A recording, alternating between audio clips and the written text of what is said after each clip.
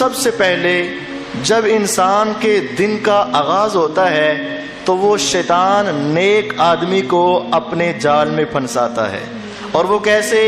سب سے پہلے رات کو اس کو کہتا ہے الارم لگا لو، صبح تو نے تہجد کے وقت اٹھنا ہے.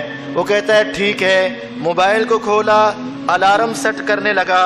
اب کہتا ہے صلاۃ کی آواز، نماز کی آواز، قرآن کی آواز، نعت کی آواز، ان کی آواز ذرا آہستہ ہے، تیری نیند بڑی پکی ہے، ذرا ایسا الارم لگا جو بڑا تیز ہو اور وہ تمہیں بتاتا ہے کہ اس کے اندر یہ میوزک ہے، یہ میوزک ہے، یہ میوزک ہے، اس کو لگا کے دیکھ کتنا اونچا الارم ہے. تو بڑے دھیان سے اٹھ جائے گا اور وہ اس کو سیٹ کر دیتا ہے.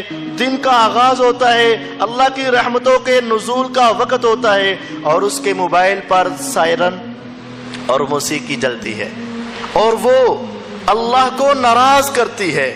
ذرا دیکھیے ہمارے ہاں یہ کتنا بڑا گناہ ہے اور اس کو گناہ نہیں سمجھا جاتا.